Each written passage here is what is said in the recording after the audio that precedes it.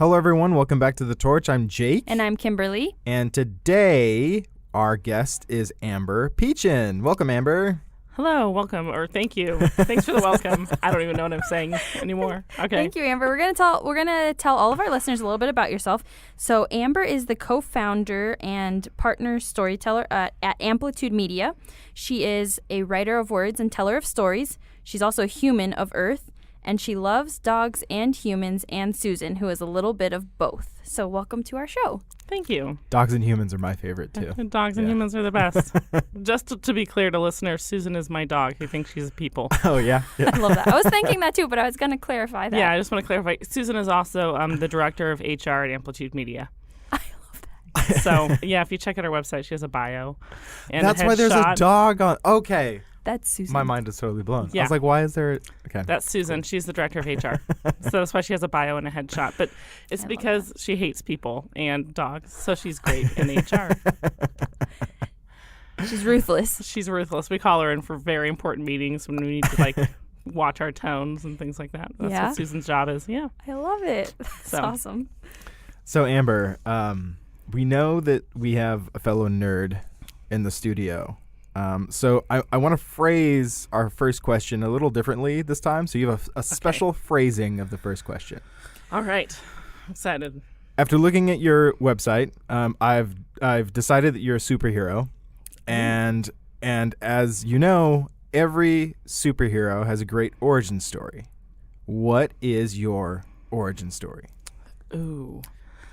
As with all superheroes, I have to think how far back to go before I get into the wrong universe and then mess everything up for other people and mess with the time-space continuum and things like that. But I grew up as a military brat, so I grew up all over the country, actually. I've lived on both coasts and a couple places in the middle. I went to high school in Utah and then spent the first, went to college in Las Vegas. So, and then finished college in Utah. But I'm one of those people that's lived a couple different lives is what I feel like I say to people. Mm-hmm. So I have in a previous life owned a bakery and catering business. Wow. Awesome. So yeah, I did weddings and big events. And if you want me to throw down a meal for 1,000 people, that's really not a big deal. I can totally do that.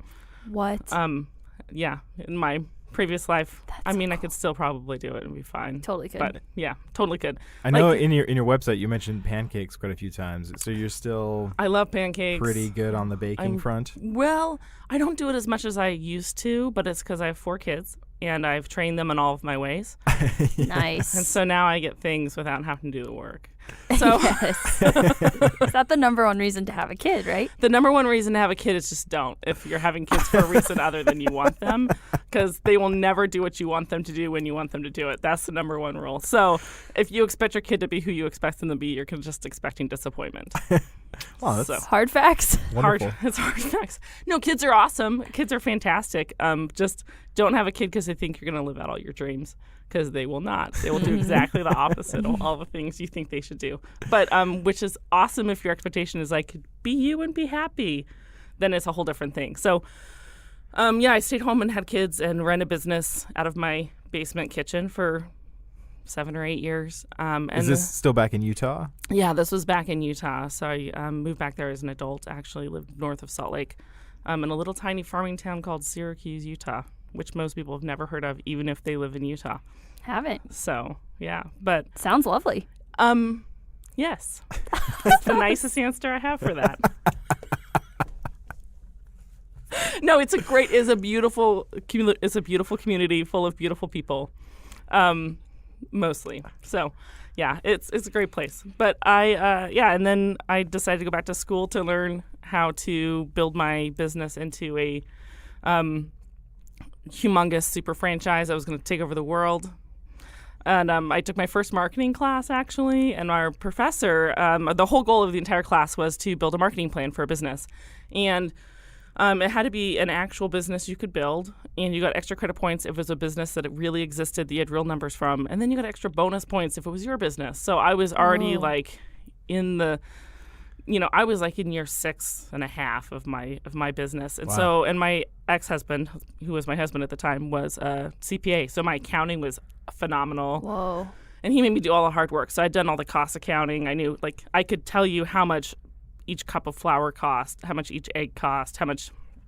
So I was sure that I was profitable, kind of a thing. So my professor loved this, and I was the example for the class. And so that everybody else didn't hate me, I just brought in treats a lot. But Nice. That's so good. I was thinking that. I was like, you had a lot of good advantages here, right? You were already in the extra bonus territory. right. But then that's the Awesome. person that everybody hates, right? And I have a hard They're time. just jealous. You just bring cookies and Yeah. cupcakes, and then they like Yeah, you too. they want to be you Works after a for- while. Right. And they're just mad that exactly. they aren't. Exactly. That's Yeah. what I tell myself in my super humble moments. Life. So yeah. But by the time I was done with my entire business plan, you're supposed to turn it in as your final project, and then have a meeting about your business with the professor. And he was so excited. He's like, when are you going to do this? When are you launching? Let me help you get funding. Like, we'll open this bakery. It'll be awesome and all of these things. And I was like, actually, after doing the business plan, like, this was the most eye-opening thing I could have ever done, because I can see that it doesn't matter if I work every night and every weekend, which is when you work when you're doing catering and weddings. I will never see my kids. And other than never seeing my kids, I would never make more than, maybe 40,000 a year, 45,000 a year, maybe. And that was 10 years out after paying off loans. And I was like, yeah. And then I'd be stuck too. And I was like, I don't want this life. So this has helped me choose to close this chapter. So thank you. Like, it was very, very helpful. And like, all of this work is work I should have done before, which is why I tell business owners when I talk to them, like, what is your plan? Where are you going? What are you hoping to achieve? What are the numbers? What does it show? Because it's like, it can help you make a decision. I loved baking, but it wasn't the life I wanted to live at the end of the day. And so I closed that chapter of my life and finished school in public relations and advertising. So there's my origin story. And then, How'd you come to Arizona? Oh, so, I finished school at Weber State in Ogden, and loved it. Like, if you want to be in communications, that's the school to go to, actually. Like, their communications program is amazing. And then I graduated in December of 2013, and we found out in November of 2013 that my husband, now ex-husband's job, was moving us to Arizona. So he worked for a trucking company that was being acquired by another trucking company. And he was one of the controllers of the company, and so they moved all the admin services and all of the financial services and stuff here to Phoenix. So it was perfect timing. Moved down here and then found my job that I've got. I worked at an advertising agency here in town for a few years. I'm trying to remember how many years before I was like, I could probably do this by myself, because why not? Right. And I did. And so I launched Amplitude Media, informally launched it, doing just like freelance work and stuff, and then ended up meeting up with Reed, and that's when we formed the wonderful conglomerate that we are now of two That's people awesome. with a handful of really special people that we call Plus when we need Susan. to. Plus Susan. Yeah, Susan. And then Susan actually showed up on my doorstep. So What? she showed up on my doorstep. It was September 1st, and it was already like 105 degrees outside. And I actually had a friend in town visiting from California, and I was making pancakes. As one does. As one does. I was making her pancakes, and we were having and mimosas. And my kids are like, Mom, there's this dog, and she's lost, and she's sick. And I'm like, I have somebody here. Like, no, we don't need a dog. I don't need a dog. I'm not a dog person. If Susan hears this, I'm sorry, Susan. But then it was like, and then they brought her in, and this dog was literally dying. Like, she was matted, and she was terrified, and she was just skin and bones, and and I'm like, okay, give her some water. Let's feed her some pancakes, which you shouldn't feed dogs pancakes, but we have some adorable pictures. And then, That's awesome. and then after my friend left, we took her to the vet, and she wasn't shipped, and so I was like, we will find her family. I'm really good at this whole advertising thing. We will find. It's like Homeward Bound. And so we made these posts, and my kids just started calling her Susan, which was kind of hilarious because they felt like she answered to it.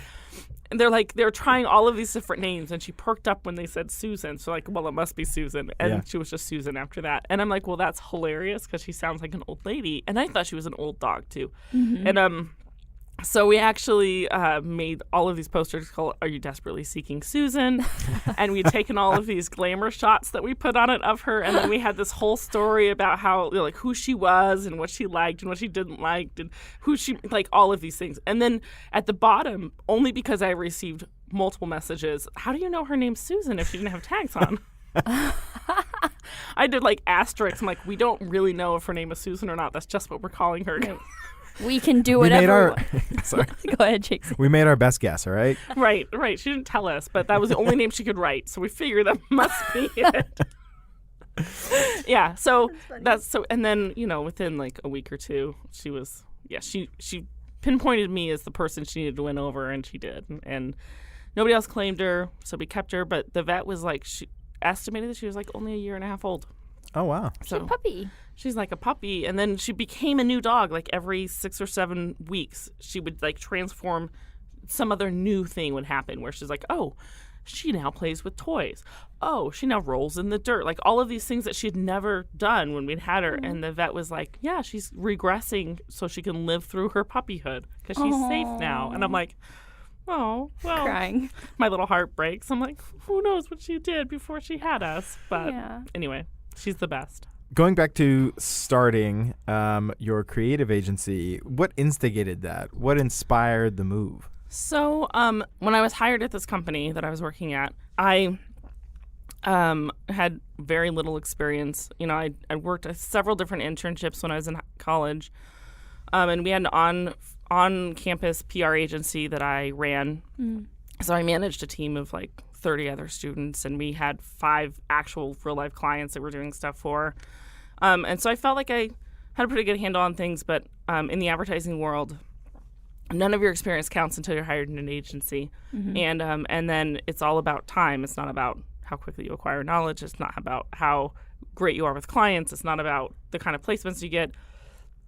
It's all about years put in. It's very much you have to pay your dues, and you get paid jack squat while doing it, and which is just agency culture because it's old school. It's so old school. And for me, I came into it and I'm like, I may have very little like professional experience in this realm, but I've run a business. I am an adult human who has a life experience that contributes. I like all of these different things. And so that was a little frustrating. And I was also pigeonholed very much into PR. And I think PR is insanely valuable. It's it is, I think, the most powerful form of marketing and advertising is PR, and it's part of that bucket. It works well in conjunction with other paid campaigns and things like that. But you have to know who you are as a brand, be able to talk about it, and have other people talk about it for you in order for you to have that credibility. But a lot of clients didn't really understand that. And so that was frustrating. And PR is, people when they think PR, they think media. They're getting media attention. And that's only one facet of PR. PR is so much larger and more complicated than that, but also more simple. It's about relationships, and it's about conversations, and it's about building community. And it's owning your own content as well. It's all of those things. And we were caught in a very old school definition of what it was, and then kept in a very siloed sort of space within the agency, and so for me, I was like, I have so many other things to offer. And I'm literally getting my hand slapped for offering them. And I got in trouble once for making a contact at an event who wanted to be a client. And I was told that wasn't okay because I wasn't on the business development team. Oh, come on. Yeah. And so, and I was like, interesting. So we've got this person who's just gotten like $1 million in funding, and they're looking for an agency. They're looking for what we do, but because I'm not the right person to have this conversation, that doesn't work. And that doesn't work for me. Like, I'm a all hands on deck, everybody does what needs to be done kind of a person. Mm-hmm. We all want to succeed together kind of a thing. And so there was that, and then there's some management problems in my direct department as well, and that was hard. Mm-hmm. And so everybody, including the manager who was a problem, by the time I left had quit. And I had been running my department for 4 or 5 months by myself. And Yeah, and That's so I'm stressful. like, yeah, and I had a team of freelancers that I was working with, that I was managing. I had like all of these things, but I was like, if I can do this inside of this ginormous company, I can definitely do it for myself, for clients that I choose. And, instead of making, by the time and I was always consistently 60, 65 hours a week. Wow. Consistently. And I'm like, I still don't see my kids and I'm still not making any money. Right. And Like, so- this is not, I'm not going to the next step from the baking Right. business. Exactly. And so I was like, I just needed to, I needed to be able to see my kids and feed them at the same time. Was kind of my goal. And so and then I had a friend at the time too who had, and this was my final catalyst, was the friend saying that this was an okay thing to do, which is an interesting thing. Because I feel like we all need this sometimes. It's somebody to like pull us out of our microcosm and say like, what is the logical thing here?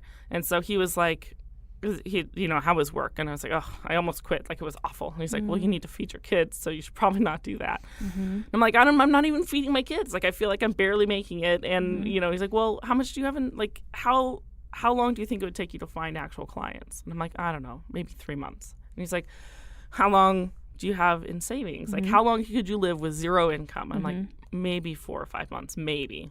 It would be tight, but I could do it. And he's like, so quit. And he's like, and if you don't have clients in 3 months, get another job. He's like, what's the worst that could happen? Wow, he really inspired you. Yeah, and it was like, oh, I guess I could just do that. And once I sat down and like looked at the actual numbers and did the very linear analytical thinking that's required to make that decision versus my like crazy sporadic circular thinking, which is what I normally do, I was like, oh, well, that makes sense. Yeah. And I went in and I resigned the next day. Wow. And it was it was and that's where it's like the best decisions I've ever made in my life is quitting something that isn't working instead of trying to make it work more. And it was the same. It was like that catalyst of doing that marketing project for my class, where I was like, oh, this is taking up space and hindering me from moving forward. And it's not that it wasn't a valuable experience and valuable time, because it was amazing. Like, the things I learned from running my own business at that time were wholly different than the things I'm learning from running my own business this time. But it was the same way. Where, like, I learned fantastic things at the agency I worked at. I met amazing humans who are still my friends to this day that I still rely on and can call and be like, I'm stuck in this thing. Like, what do you think? What would you do? And they do the same for me. So we have that like two-way reciprocal relationship kind of a thing. But it's like I couldn't move on and do my own thing until I'd shut that door, until I closed that chapter, until I'd, taken the leap and all the motivational posters you can think of. But that's where it's like closing a chapter to open a new chapter is healthy. And I think in our society, so much is seen as not healthy. And so it's like you need to let go of the past before you can move forward. And well, it's seen as failure, like you didn't achieve the highest level of this area, so therefore you failed, right? Yep. So that's where a lot of the fear comes from, I think. Well, and you could say that about like quitting school to do something else, which people do. You could say that about getting divorced. You could say that about leaving, choosing a different path than the rest of your family has chosen when it comes to where you're going to live or your lifestyle choices or your religion or any of those things. When other people are disappointed in you because you're not making the choices that they made, it's the same thing going back to having kids. Like, if your expectation is they're going to fulfill all of your life dreams, then you're going to be disappointed.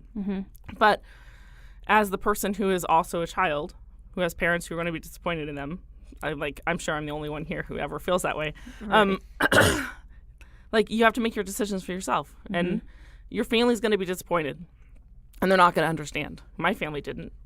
And they still are confused a lot of the times, and that's okay. It's not their job to understand. Right. Yeah. It's their job to love me. That's our chief moment of the day. But yeah, it's the same thing. You have to close chapters and move forward, and then that's when the good stuff happens. So when you made the leap, how did you get those first few clients? So my first few clients actually came from my agency that I was working for. So I'd signed a non-compete, so I couldn't directly take clients. But they had 2 clients that I was their only contact at the agency and had been for a couple of years. They had 0 other relationships at the agency, and they loved me as a human. And so they knew if I left that they were going to lose these clients.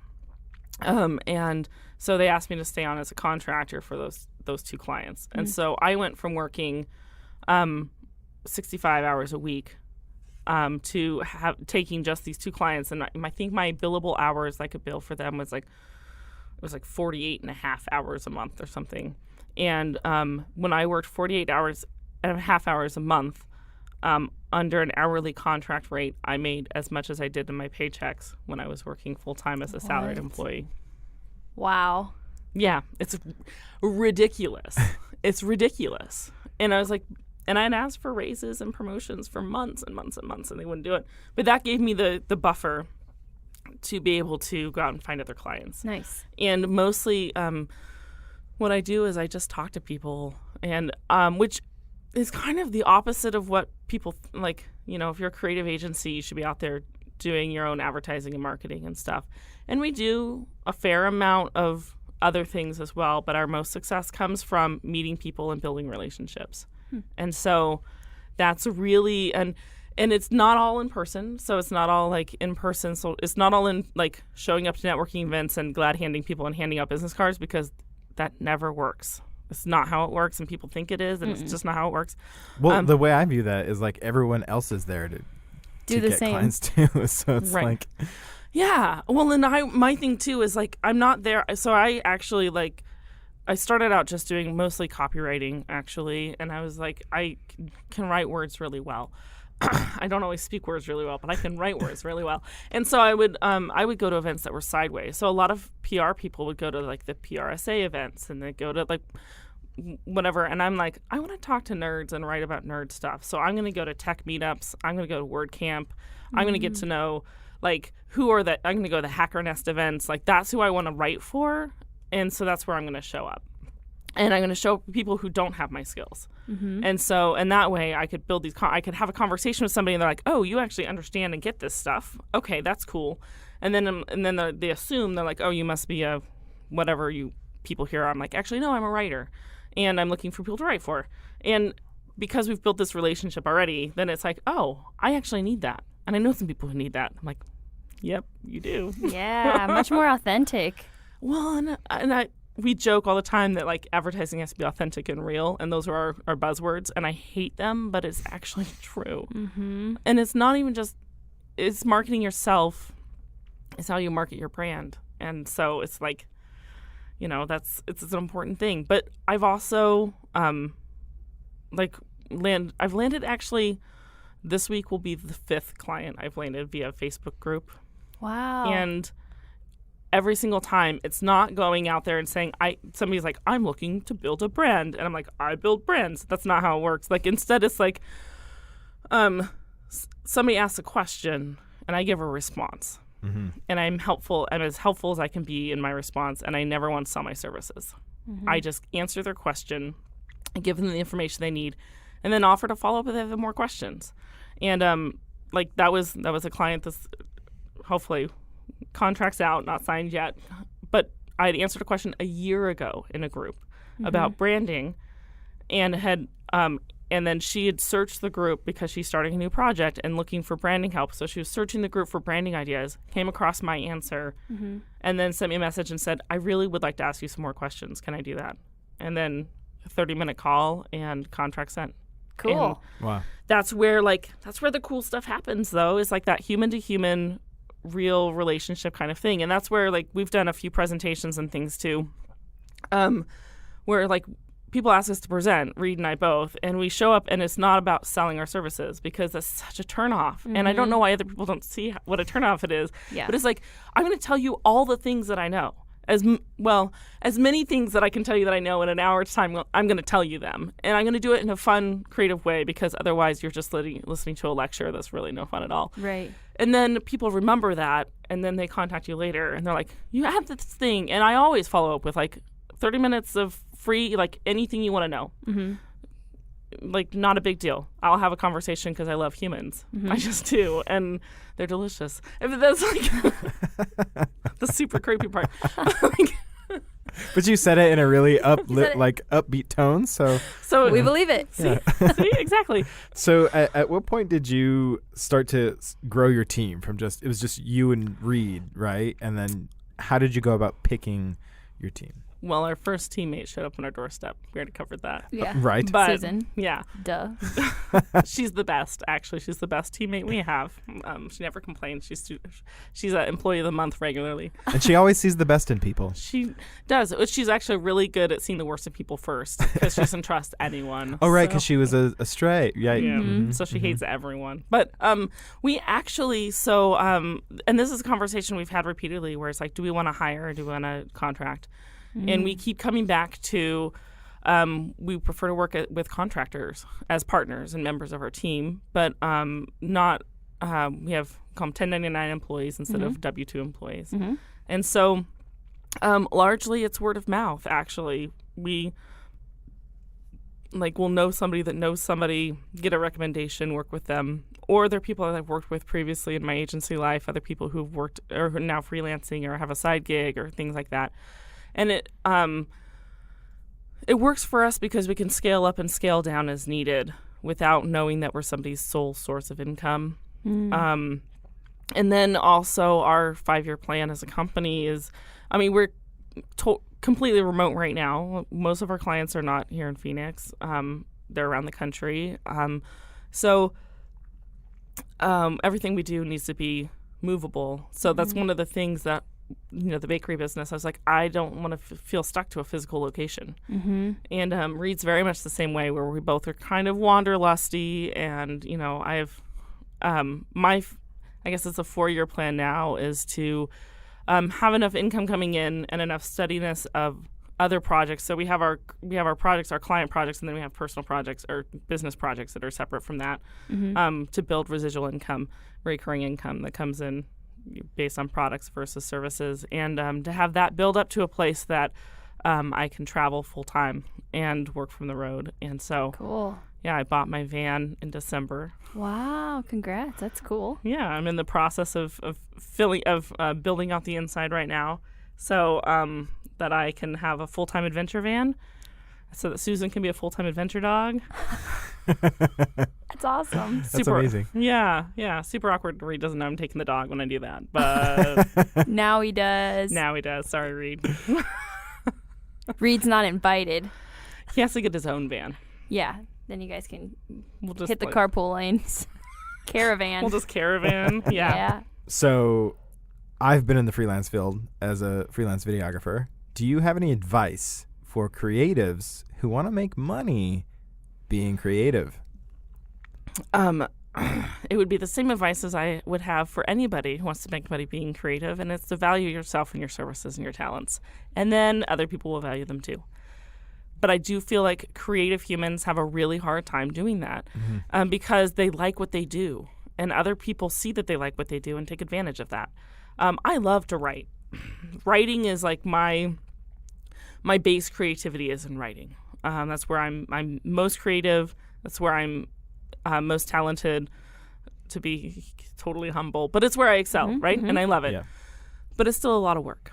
And it takes time out of my day, and it takes time out of my life. And if I want to write for fun, I have 1,000 projects I'm working on for myself. If I'm going to write for your project, you need to value my time and my services and my brain and the creativity that I have that you don't. That's what you're paying for. And just because I'm creative doesn't mean that it's not worth money. And so it really comes down to creatives being willing to put a price on it. And my advice there, because creatives are always like, I don't even know. And I do that myself. It's the hardest part. But once you have a set, if you sit down and say, like, if I'm going to write this thing, it might only be a paragraph long, but how long does it take me to get to that paragraph and have that paragraph be of quality? And then I actually usually turn it around and I say, and what is this paragraph worth to the person who's paying for it? Because they're not paying for 30 minutes of my time to write a paragraph. They're paying for something that is going to make them millions of dollars, hopefully, because it describes their company in a way that makes other people want to work with them. The value of those words is higher than a 2-line tweet. But those 2-line tweets can be pretty valuable too. And so it's like, it's stop exchanging time for money as a creative, which is what we want to do. Instead, exchange value for money. What is the value of this project? I worked with a videographer once on a client project who actually, I loved the way he phrased it with her. He's like, we can either create a work of art or we can create a tool for your toolbox. They require different amounts of time and energy and different kinds of equipment, and they have different costs, but they have a different value as well.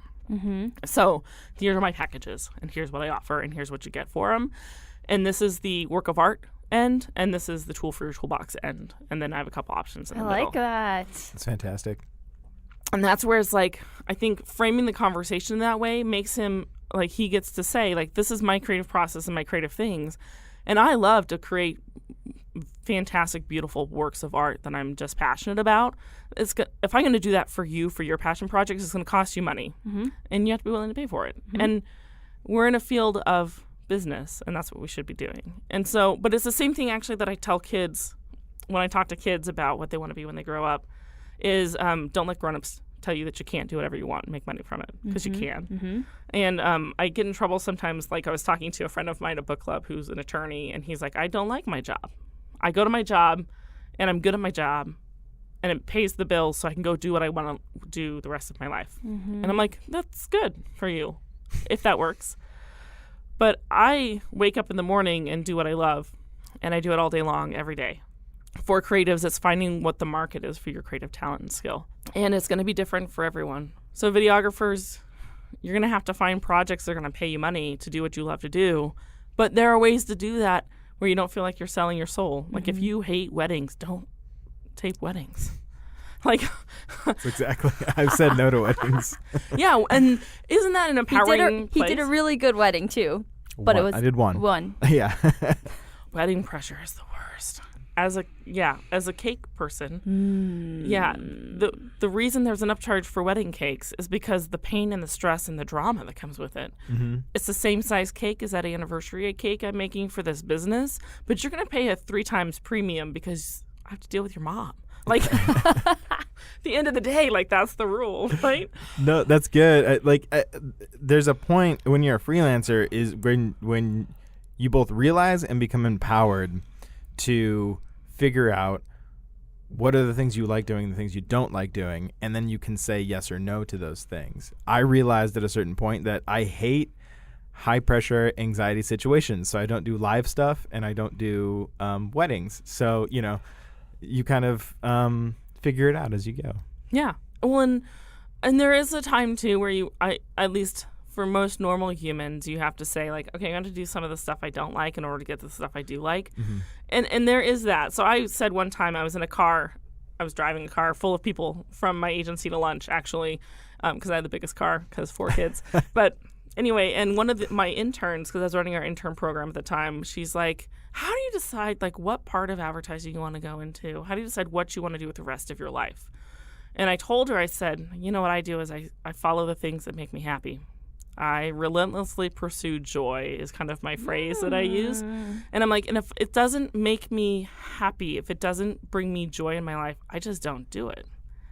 And to which our media director lost his mind. He's like, you cannot say that to impressionable interns. I'm like, this is when you should say it. And and I'm like, you should, like, what makes you happy? Go do that.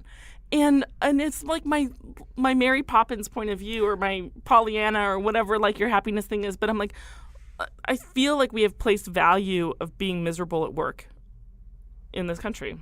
Like, that is, if you are happy doing what you're doing, you're not working hard enough. Because work should be soul-sucking and awful and painful.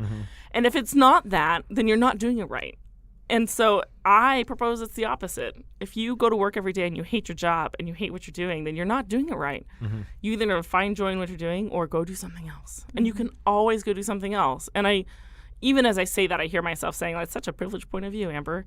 But I think that there are resources out there to help people actually do what they want to do and find it. But you have to have the motivation first to find out what that is. And I'm surprised, too, how many people out there actually don't know what brings them joy. And that's the first place, is like, what does bring me joy? What does bring me happiness? And it doesn't have to be your job, but you should be doing a lot of it. Like, if you love painting but don't think you can make a living from it, you should be doing a lot of painting. And you might just find out that people like what you do. But if they don't and you love doing it, does it matter? This is making me reconsider my whole life right now, Amber. Well, You saying you're not happy? No, that's not at all. You're saying you need to do more painting? No, just more cooking. More cooking. It's creative. It's a creative process. Totally is. Come to my house. I'll make you cinnamon cream cheese pancakes with What? buttermilk syrup. Oh. Yeah. Anyway. I'm so hungry. That sounds so good. That phrase made Oh my me goodness. weak. I'm on Whole30 right now, so I can't have anything good. Cinnamon Really. rolls. Cinnamon rolls. I know there's Waffles. there's about 6 dozen donuts downstairs right now. Oh, yeah. We walked past them. They looked good. Those are from Bash's. Bash's up to their donut game. Whoa. Okay, so we're going to jump into 5 fast facts Okay. about Amber. So this is more of whatever comes to your head first. Don't think about it too much. But best book series ever. Not just book, but series. Best book series ever? I'm going to go with Harry Potter. Thanks. It's a pretty classic, but I've actually just started the Game of Thrones series, and I'm loving them, too. But Harry Potter's up there. Harry Potter's probably my favorite. I was hoping you were going to Harry- choose that. Harry Potter's got a lot of like great, just like lessons for young people, you know. And old people. And yeah. There's lessons for everyone. I want to return to it. I've been like considering. I've been orbiting rereading them, but You should. How long has it been?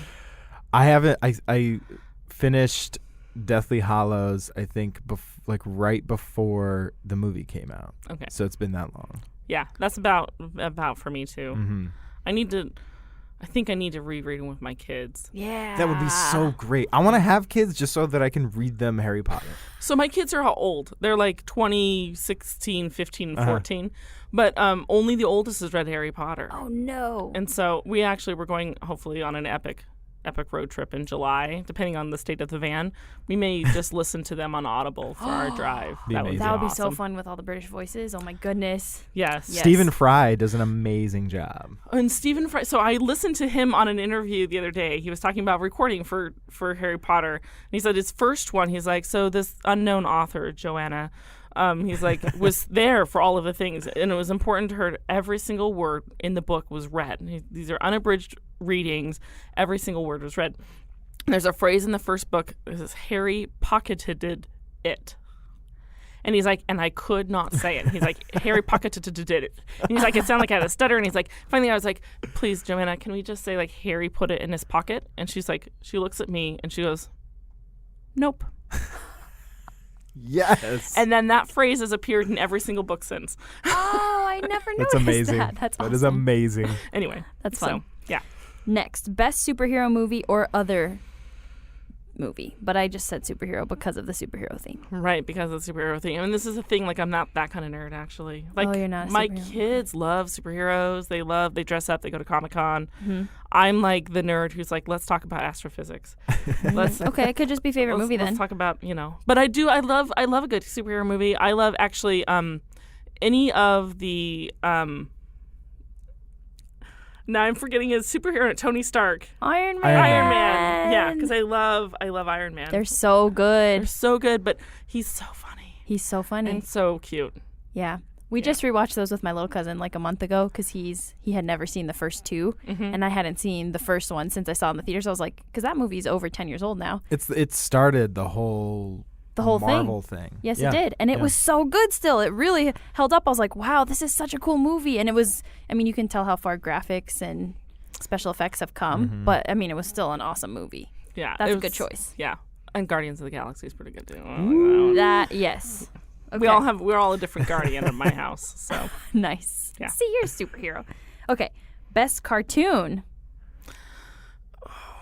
I'm Bob's Burgers. All right. I did it. Brittany would be proud. I have a feeling. I had a feeling you were going to choose Harry Potter, so I was a little unfair, but I literally wrote, what is your Harry Potter house? Oh, I'm 100% a Gryffindor. Nice. Yeah, 100%. Do you know yours? Gryffindor. Gryffindor? What are you? Yeah. Ravenclaw. Yeah, Okay. interesting, right? Yeah. Don't hear was much thinking about the Hufflepuff. Ravenclaws. Okay, you I don't. really don't. Because Gryffindors and Slytherins are like, look at me. Yeah. Last but not least, your favorite place to vacation or a dream place that you haven't been? So I'm one of those weird people that like to go somewhere new every single time.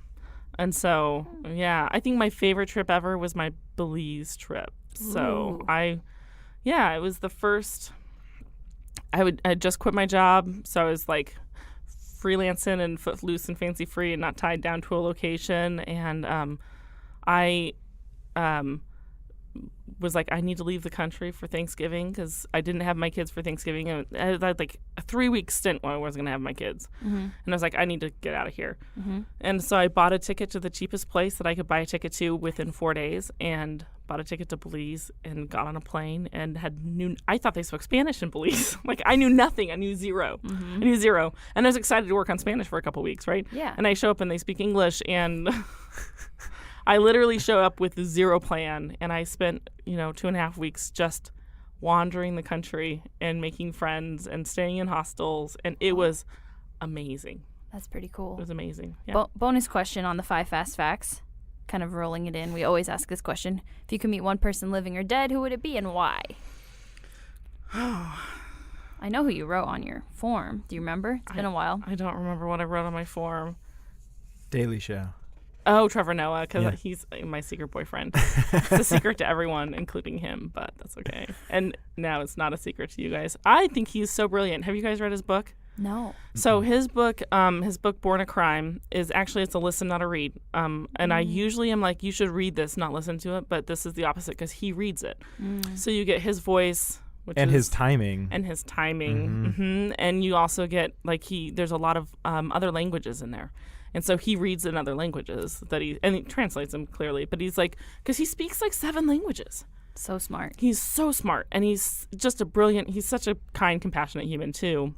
With such a open view of the world. But I am a huge communication nerd. I love communication theory. I love talking about why people think the way they do and what they're trying to say when they're saying, this is my brain on major, major drugs. But I'm just but he talks every chapter.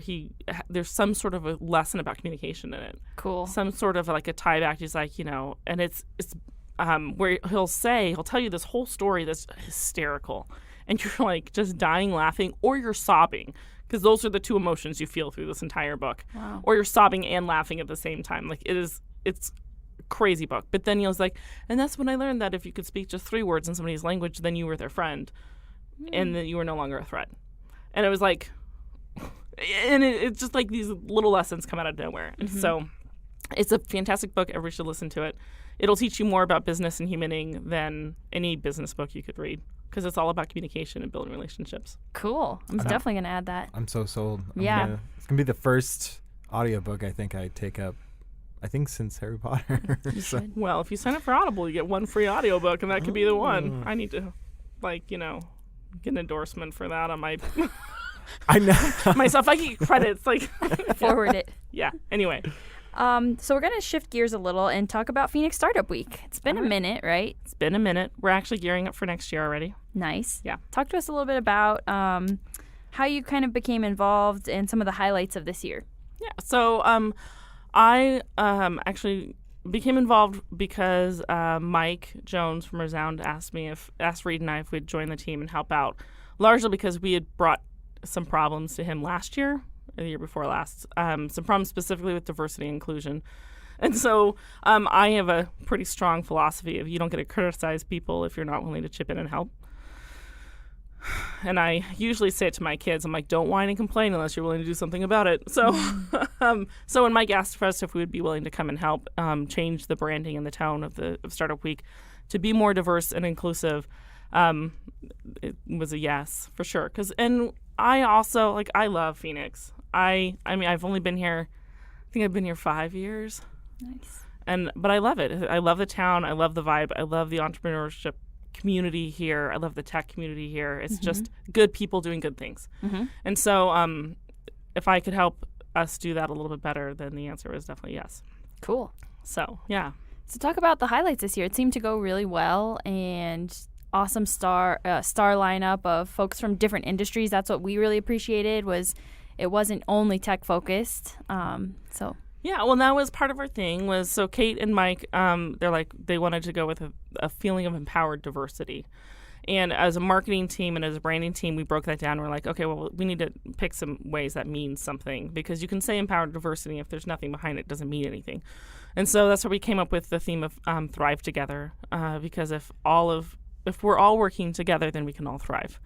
And I think that's actually one of the things that makes the Phoenix business scene, at least the people I interact with regularly, different than most other tech cities, is that it's not cutthroat and competitive.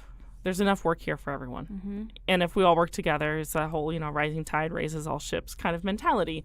The problem that exists is a problem that exists in a lot of places, whereas all of our boats are captained by middle-aged white guys, which middle-aged white guys do an okay job, but there are so many other people working the boats that we're just not even seeing. Mm-hmm. And so that's where the idea was to build a bigger table so there could be more voices.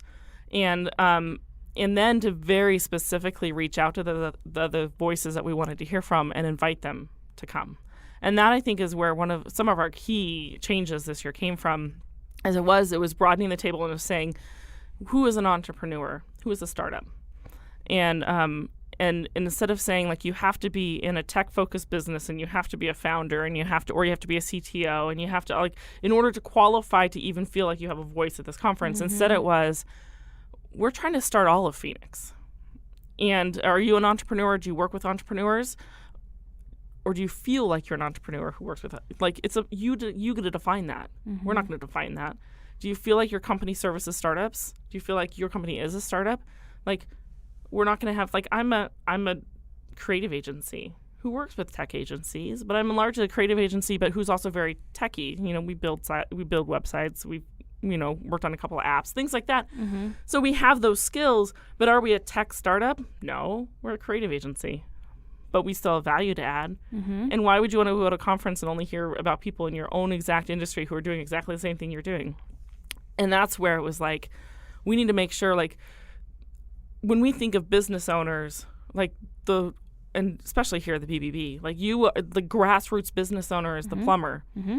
Or the electrician, mm-hmm. or the drywall yep. company, or it's those skills that are invaluable that are actually probably at a lower risk of being replaced by robots than some Absolutely. Of these other skills. And running the economy. They're like the base, and it's and that's the thing so that's one of the things I learned actually when I had those clients at the agency that I worked at was first of all, how high-tech the automotive industry is. Ooh, yeah. So high-tech. Like, these kids, and I say kids, they're adult humans, but they're like 20, so they feel like kids to me. Anyway, they the first thing they do when you are diagnosing a car is you hook it up to your laptop. I know, it's crazy. And there are more components in a car. There are more computer components in a car than there are in the first spaceship. Yes. Like it's insane. You have to be high-tech knowledgeable in order to work on them, but you don't go to college. You go to a trade school mm-hmm. because that's where you learn the very specific knowledge and information you need. Mm-hmm. And, like, one of the things that kills me is people were like, it was just a grease monkey or whatever. And I'm like, you know what a diesel tech makes 5 years out of school with an endorsement from Cummins? $150,000, $200,000. Full benefits, full retirement package, bonuses. They'll make more money than most people coming out of college. Mm-hmm. And guess how many loans they have left at the end? Zero. Because the industry pays for their education because they're so highly needed right now. Mm-hmm. And so those are the things that we don't think about. And so that at Startup Week, it was one of the things, like, I'm like, we need to have, and it wasn't just me. The whole team was like, we need to include multiple industries mm-hmm. and have multiple perspectives. Because the thing is that there's a gap there too, because in 2019, if you are a plumber who doesn't have a great website, who doesn't have great SEO, or who isn't using technology to your advantage to schedule your appointments or handle your back end, there are so many things you can learn from technology mm-hmm. that you may not have access to. You should be coming to these talks on small business and learning all of these things. Mm-hmm. But if we don't look to these generations of businesses and small businesses who've run for their, like, how they stay in business, how they find their clients, how word of mouth is a really important thing, how building relationships and community is essential and a groundwork to having your company be successful. As tech people, we're going to miss out there. Mm-hmm. And so it's like it's this entrepreneurship ecosystem. It's what we started saying a lot, that we need to be healthy in the Valley. And if we don't have all kinds of industry and all kinds of business, we won't be successful. So, and all kinds of people. I love it. So, thanks for including all of that. That made a big difference from what I could tell this year. it was, it was, that was the thing that I loved, the comment I loved most. People are like, it feels different this year. That was the comment I got most often. And that was like one of the most common pieces of feedback. It just feels different this year. Mm-hmm. And that's what branding is. And that's what's like, it's so amazing to me that you can just change the tone of something, and it can be the same event. But if you start from the ground up, and you're like, how can we make this feel different? Mm-hmm. And that people, and it happens. And I wasn't expecting it, honestly, to be completely honest. I wasn't expecting the feeling to change this year. I was expecting it to take a year or two, because people we're hardwired to resist change and not like it and not enjoy it. But I think by the end, there were 30 people on the core organizing team. Wow. Yeah.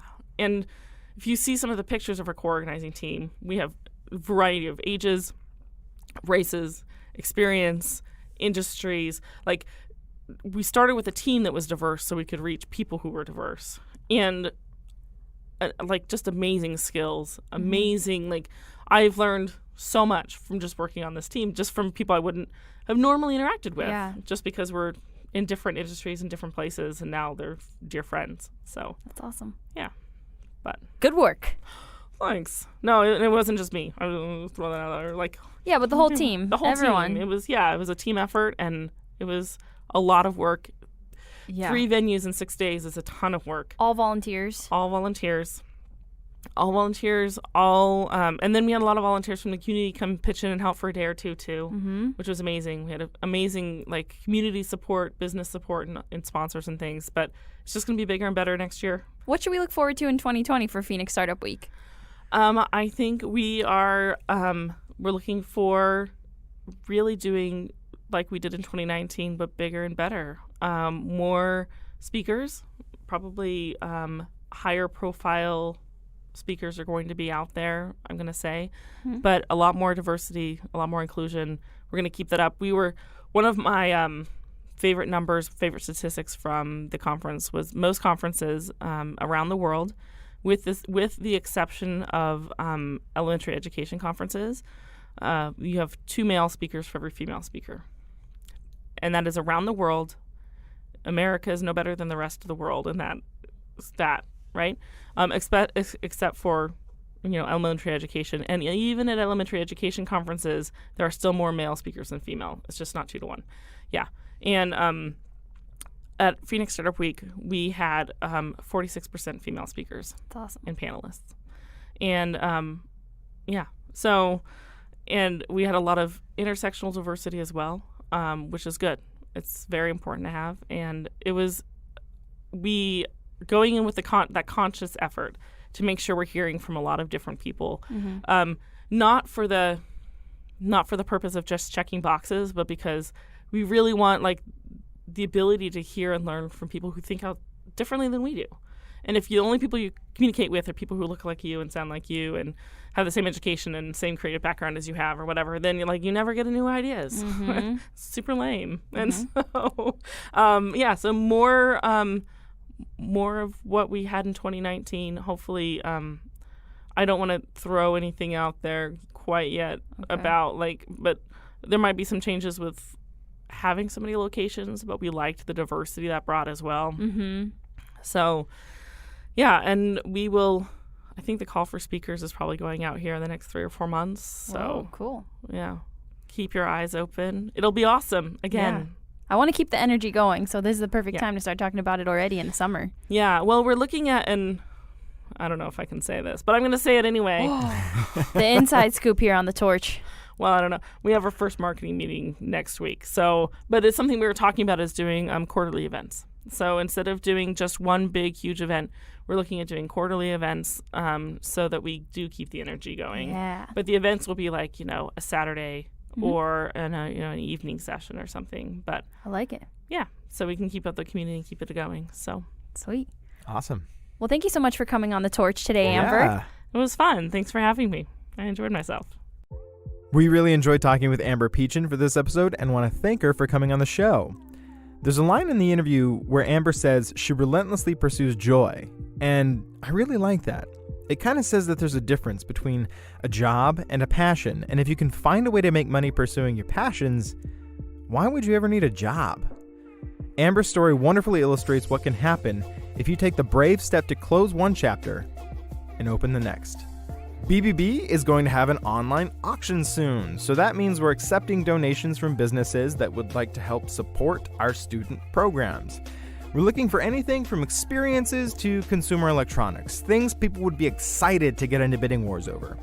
Last year, I think one of the coolest items I saw was a free membership to a boxing club for women.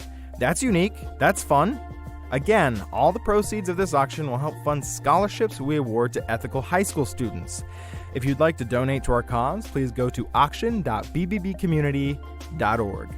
We hope you enjoyed the show, and if you did, please rate and review it anywhere you listen to podcasts. I want to remind you that if you have any questions, comments, concerns, or requests, you can send them to the Torch Podcast at bbbcommunity.org, and we will get back to you. See you next time, folks.